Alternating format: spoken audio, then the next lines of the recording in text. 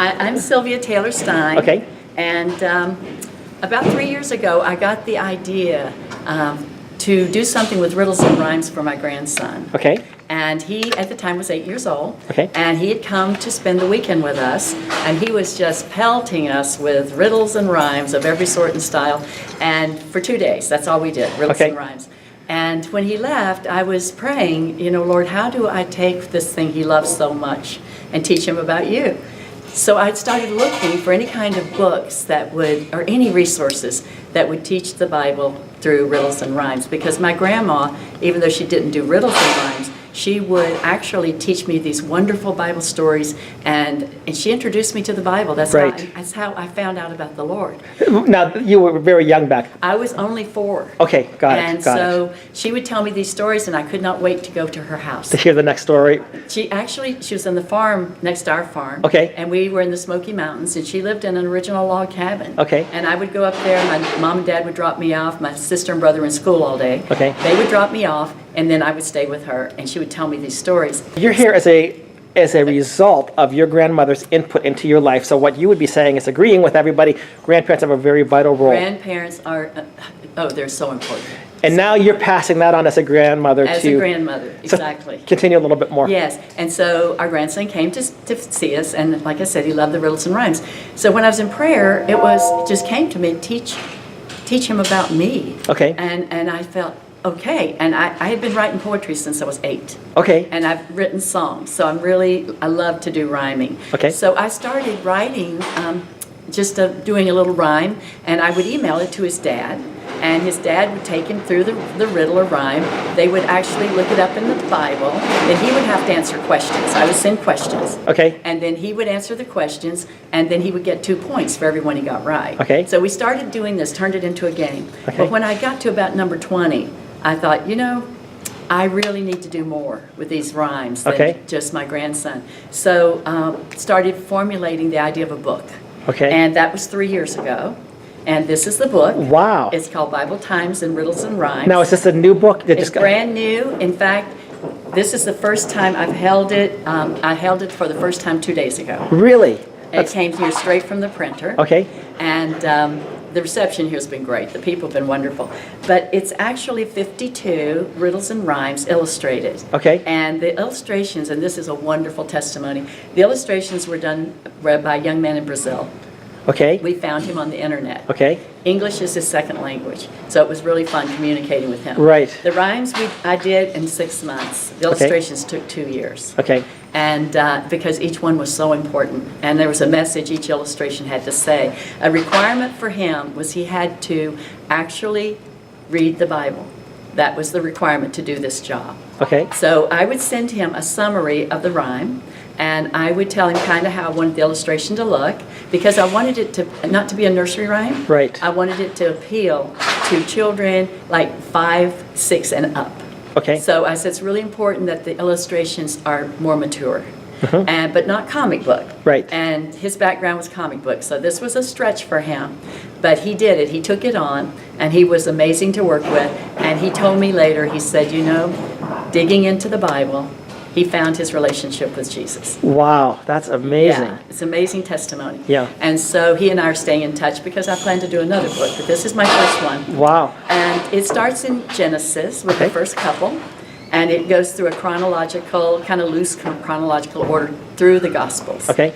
And that's just some of the Bible stories my grandma taught me. Right. I just started going through those, all the exciting stories. And then when I got into the New Testament, I started doing the parables because there's so many wonderful moral lessons in the parables, right. And I wanted him to know those parables. Yeah. So we introduced Jesus, of course, in the New Testament, and then do a lot of his miracles, and then parables, and then the book ends with his ascension back to the Father after his resurrection. My youngest grandson is the 11-year-old who was 8 when I started doing this. Okay. And he's the one who inspired the book. At the time, I didn't envision this beautiful book. Mm-hmm. I was just going to help my grandson learn about the Lord, and through something he loved, which was rhymes and riddles. And so it actually, this process, I started thinking, okay, this should be a book. Other grandparents should have this resource. Right.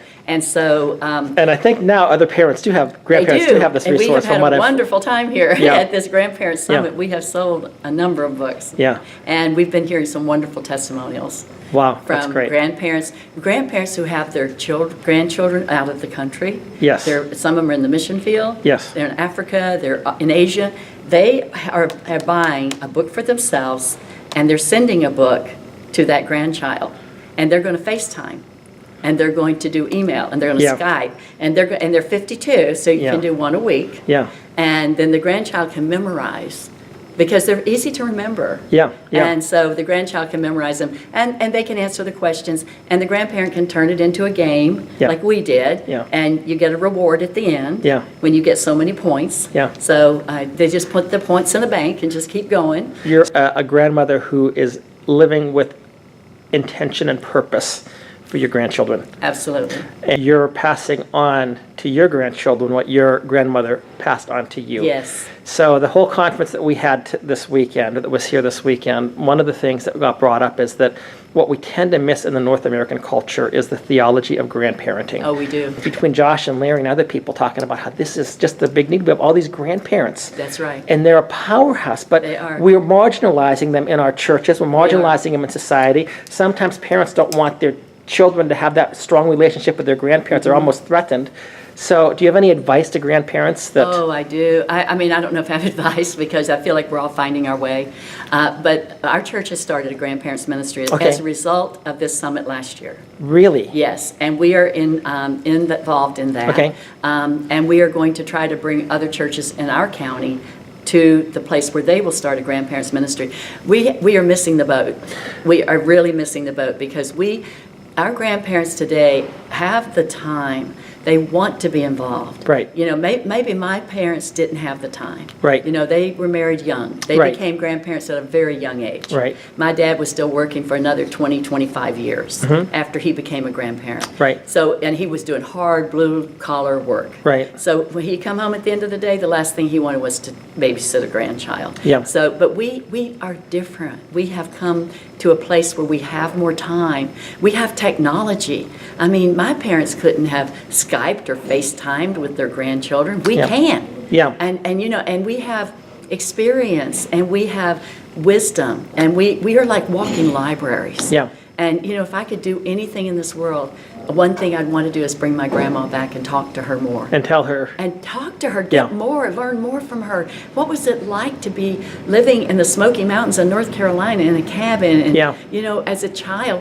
And she told me a lot of that. So I have a lot of stories, because Right. I'm very blessed that Yeah. she did. Yeah. She invested so much in me. Yeah. And in all of us Yeah. grandchildren. But I think today, what the churches are missing is this incredible resource that's right there, because so many of them are trying to bring in the youth, you know, and that's important. That is important. We have to bring in the youth. But youth in leadership Youth need mentors. Right. Youth need engaged people, and they don't need people who are telling them what to do. Yeah. They need people. Mentoring is not telling somebody what to Yeah. do.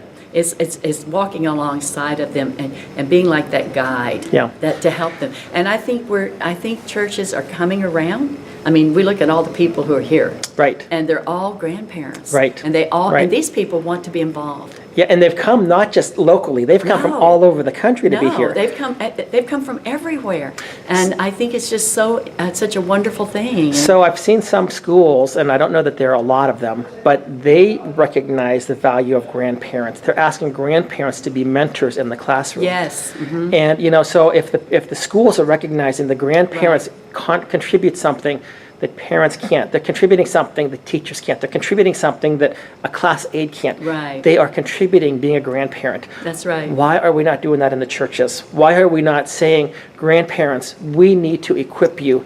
And to the parents, say, parents, you need to let the grandparents come in here, because if you break this bond, you're hurting your son or your daughter. Right. The chain. You know, one thing my grandma did for me is she would tell me the Bible stories, but she linked me in a chain with my ancestors. She would tell me, say a Bible story about Daniel in the lion's den, or Shadrach, Meshach, and Abednego, or Noah, or Abraham. But then she would tell me a family story. Right. And she would say, okay, my great-grandma did this. Right. And my grandma was raised by Bible-believing women. Right. And she'd say, well, my great-grandma was a young girl, she did this. And so I got linked in this chain Right. of people that, my legacy. Yeah. And that legacy is so important. Yeah. And we are the message bearers. Yeah. We are the ones, grandparents are the ones who can pass on this message. Yeah. And we have to be relevant, and we have to engage our grandchildren where they are.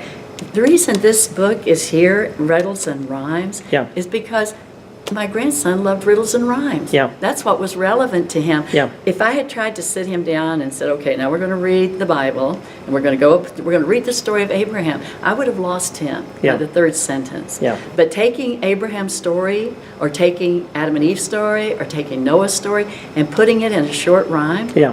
and giving him a picture, Yeah. an illustration, that engaged him. Yeah. That engaged him, and he loves the rhymes. He still does. He's 3 years later. He Yeah. still loves them. Yeah. So Yeah.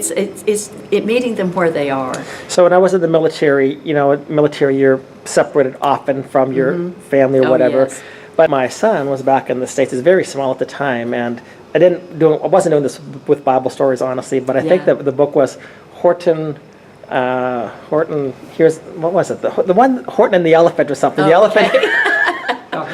There were a lot of Dr. Dr. Seuss Seuss, books. okay. But it was a fun book to Yeah, read. yeah. But as you read it, you're not just reading it like, sometimes when people read the Bible story, they're just like, okay, can you wake me up when it's done? That's right. And yet, why is that? Because the Bible story should be. It's exciting. It is. It's exciting. It's adventurous. And what I learned through, reading the book about Horton and the elephant who never forgets an elephant bird comes out. Yeah.